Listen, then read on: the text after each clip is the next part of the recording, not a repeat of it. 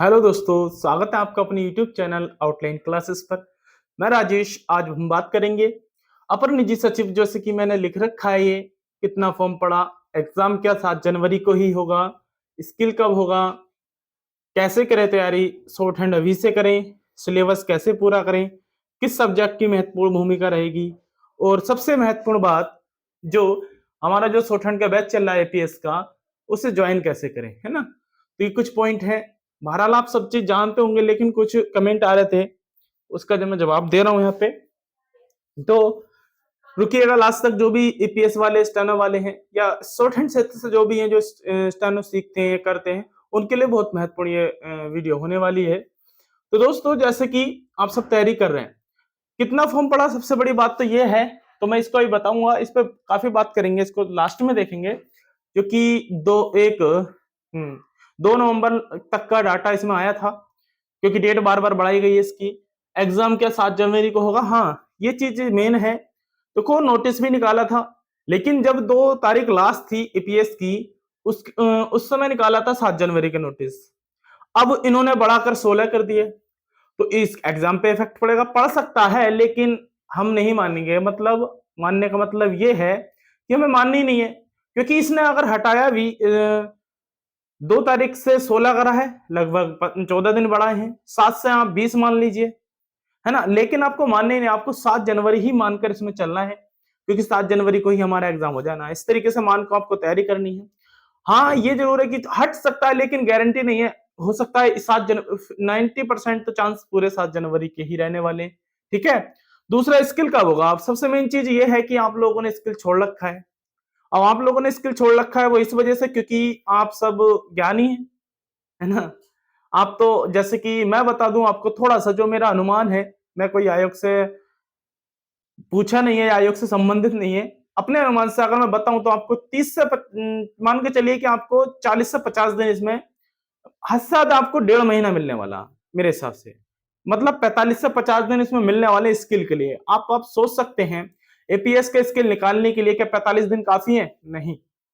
ये चीज अच्छे से आप लोग जानते हैं। आप रिटर्न करिए, बहुत अच्छे से करना पड़ेगा, तभी पहले रिटर्न है, फिर स्किल होगा।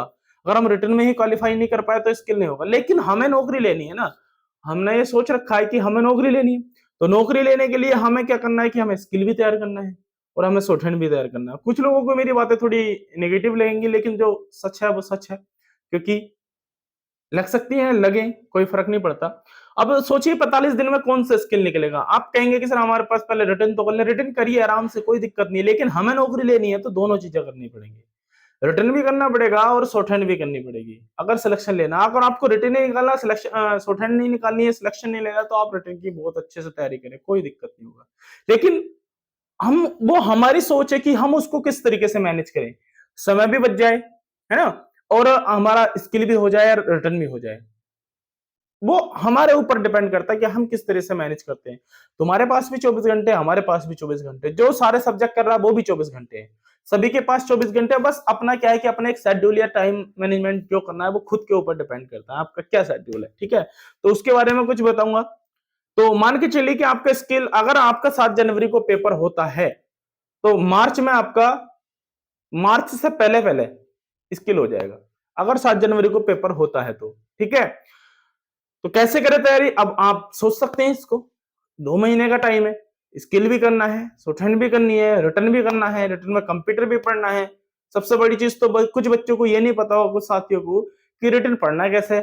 पढ़ने में लगे पड़े हैं लगातार लगातार। अबे भैया, इन्होंने लिमिटेड टॉपिक दिए हैं, आप पहला वो सब्जेक्ट पूरा करें। उसको एग्जामिनर को भी पता है कि टाइम कम दिया है इसमें, तो पहले जो उन्होंने टॉपिक दिए हैं, कंप्यूटर पढ़ने में लगे पड़े हैं, पूरी सब कुछ स्टेप स्टेप पूरा निकालना है, ऐसी मेमोरी मेमोरी ऐसे नहीं चलना है ना। ऐसे नहीं चलना है। आप जो उसको टॉपिक दिए 5, उन टॉपिकों को टांग लीजिए, एक बिल्कुल ताक जिसे कहते हैं, ताक में टांग लीजिए उसको। 24 घंटे आंखों में रहना चाहिए, वो टॉपिक करने। हिस्ट्री पढ़ सॉरी जीएस पढ़ने में लगे पड़े हैं, उसमें इकोनॉमिक, कुछ बच्चे का फोन आया, सर इकोनॉमी कैसे। अब इकोनॉमी, जब इकोनॉमी अर्थव्यवस्था है नहीं उसमें, तो पढ़ना क्यों है उसमें। इन्वायरमेंट पढ़ने में लगे पड़े क्योंकि आरओ के टॉपिक है। अब जब इन्वायरमेंट उसमें टॉपिक में नहीं दिया है, सिलेबस में नहीं दिया, तो क्यों पढ़ लो उसको, है ना। तो सबसे पहली चीज कि सिलेबस पे फोकस करें, उसके अनुसार ही पढ़ें, क्योंकि टाइम इतना नहीं है। कंप्यूटर सिलेक्टेड टॉपिक पढ़ें, क्योंकि कहां से 2 महीने में कर लेंगे अगर जिसने नहीं करा। पहले जिसने कर रखा है वो ठीक है। तो शॉर्ट हैंड कैसे करें, तो मैंने बताया 7 लेकर चलें। और शॉर्ट हैंड के लिए सबसे मैं बार बार कहता हूं, और बहुत बच्चों ने उसका फायदा भी उठाया और उठा रहे हैं अब भी, जो ये बैच है ना, ये आपका इसी चीज को पूरा करता है। किस चीज को, जो आप कहते हैं कि सर हम रिटर्न कैसे करें। अगर शॉर्ट हैंड करेंगे तो 4-5 घंटे शॉर्ट हैंड में दे देंगे, रिटर्न नहीं हो पाएगा। हाँ, इसी चीज का सब सवालों का यही जवाब देता है। जो सिलेक्टेड है उनके लिए तो रामबाण पूरा साबित हो रहा है ये बैच, बहुत अच्छे से, बहुत अच्छा रिजल्ट इसका रह रहा है। जैसे मैं बात करूं पहले मैं इसके बारे में बता देता हूं। आप अगर आपको इसको करने का क्या है, आपको इसमें सिर्फ 1.5 घंटे आना है। 1.5 घंटे में आपको लगभग मान के चलिए आपको 2,500 से 3,000 वर्ड की प्रैक्टिस करी जाएगी। 5 से 6 डिक्टेशन दी जाएंगी स्पीड में, अलग अलग 80 की, 90 की, 95, 100, 110, 120 तक की स्पीड में आपको कराई जाएगी, ट्रांसलेट कराया जाएगा, है ना। तो इसमें आपको ये फायदा होने वाला है। ये फायदा इसका क्या है कि इसमें 1.5 घंटे में आपका सब कुछ हो रहा है। आप कहीं शॉर्ट हैंड 5 घंटे करेंगे तो 2.5 से 3 घंटे आपको चाहिए, तब भी 5 डिक्टेशन आप नहीं कर पाएंगे। इसमें आपको क्या है कि आपको घर पे ही बैठना, पूरे दिन पढ़ें, कोई दिक्कत नहीं, सब कुछ पढ़ें। और टाइम भी ऐसा है जिसमें आप वेस्ट करते हैं। 9 से चल रहा है, 9:30 से कर देंगे कुछ समय बाद, अभी 9:30 से 11 तक, है ना। तो आपका टाइम भी बच जाएगा, रिटर्न भी हो गया और शॉर्ट हैंड भी हो गई। आपका एक कॉन्फिडेंस लेवल हाई होगा जब आपका स्किल हो रहा होगा। आपकी एक तरफ से रिटर्न पक्का हो रहा है, एक तरफ से शॉर्ट हैंड पक्की हो रही है ना। तो आपका कॉन्फिडेंस हो जाएगा कि यार हमारा स्किल भी हो रहा है। तो आप इसको जरूर ज्वाइन, ये इतना बेहतरीन है। अगर आप इस एपीएससी बनना चाहते हैं तो इसमें बहुत रामबाण सिद्ध होगा ये। इससे संबंधित कोई भी जानकारी आपको चाहिए तो इस नंबर पे आप मुझे एसएमएस कर दें, व्हाट्सएप या फिर कॉल कर लें, ठीक है। तो इससे आप इसको पूरी जानकारी इसको मिल जाएगी, कैसे लेना है, कैसे करना है, कहाँ होती है क्लास। कोई रिकॉर्डेड मैटर नहीं आते इसमें, कभी आप सोचे कि रिकॉर्डेड मैटर आएंगे 5 मैटर रिकॉर्ड करके दे देंगे, ऐसा नहीं होता। इसमें जो है आपका लाइव कराया जाएगा, रीडिंग कराई जाएगी, लाइव बोलेंगे, लाइव करेंगे, आउटलाइंस लाइव बताई जाएंगी। आउटलाइंस आपको सुबह में भी दी जाएंगी 6-7 घंटे पहले। 2 मेट्रो की डिक्टेशन दी जाएगी इसमें, है ना, सॉरी 2 पीडीएफ दी जाएगी, उनकी आउटलाइंस दी जाएंगी, है ना, एपीएस लेवल की जो पैटर्न पहले जो रह चुके हैं उनके अनुसार जो भी टॉपिक है ना। तो उसमें आपको आउटलाइंस पीडीएफ सब कुछ दी जाएगी। और जो डिक्टेशन होगी वो क्लास में होंगी 5-6, है ना। उसके बाद जो वो डिक्टेशन हो जाएंगे वो रिकॉर्डेड आपको ग्रुप में मिल जाएंगे, है ना। होने के बाद वो रिकॉर्डेड में मिल जाएंगे, आप कभी भी उसको प्रैक्टिस कर सकते हैं, या आपका छूट जाता है तो आप कर सकते हैं। ये जिसके पास जॉब कर रहा है उस टाइम नहीं है या टाइम नहीं मिल पा रहा लाइव में, तो आप उसको रिकॉर्डेड करें। बहुत बच्चे रिकॉर्डेड कर रहे हैं उसको, ठीक है, जिनके पास टाइम नहीं मिल पा रहा, लेकिन अच्छा हो कि आप लाइव करें उसको। तो ये सारी चीजें हैं, आप स्किल के लिए बिल्कुल मत छोड़ना। अगर आप सोच रहे हैं कि हमारा स्किल नहीं है, उन बच्चों के लिए मैं कह दूं कि थोड़ा सा, जो बच्चे अभी छोटा बड़ा या वर्णमाला से सीख रहे हैं, तो मेरी एक ऐसा सलाह है, या आप इसको नेगेटिव ना लें, आप उसको ना देखें, किसी और तरफ जाएं। क्योंकि अगर इसने 3 महीने भी दिए तब भी आप नहीं कर पाएंगे इसको। मैं आपको डरा नहीं रहा हूं, मैं रियलिटी बता रहा हूँ स्टूडेंट की। 3 महीने में तो बच्चा ढंग से नकल कर नहीं सीखता है। इसमें स्पीड 50, 60, 20, 25 की स्पीड आती है ना। तो उसको छोड़ें, साइड से कोई एग्जाम देखे, क्योंकि क्या पता इसके चक्कर में औरों को भी निकाल दें आप। तो आराम से और उसको हटें, और जो जिसकी स्पीड है 60-70 वो आराम से प्रैक्टिस करें, क्योंकि उसमें इतना टाइम नहीं मिलने वाला है। तो आप इसको जल्द से जल्द ज्वाइन कर लें, ठीक है। इसमें बहुत फायदा मिलेगा। आप कहेंगे इसमें ऐसे नहीं है, पहले डेमो ले लें, डेमो लेना चाहें तो कोई दिक्कत नहीं, डेमो ले सकते हैं। 1 से 2 दिन हम दे देंगे, इसमें उन्हीं के साथ आपको ऐड कर देंगे, ठीक है। दूसरी चीज, अभी से करें तो आपको अभी से करनी पड़ेगी। तैयारी कैसे करें मैंने बता दिया, ठीक है। सिलेबस कैसे पूरा करें, सबसे मेन चीज ये है ना। ये 2 चीजें हैं, सिलेबस कैसे पूरा। और बच्चे ये पूछते हैं कितना फॉर्म पढ़ा, कोई मायने नहीं रखता कितना पढ़ा, हमें कोई फर्क नहीं पड़ता इससे, जो तैयारी करने वाले हैं सीरियस।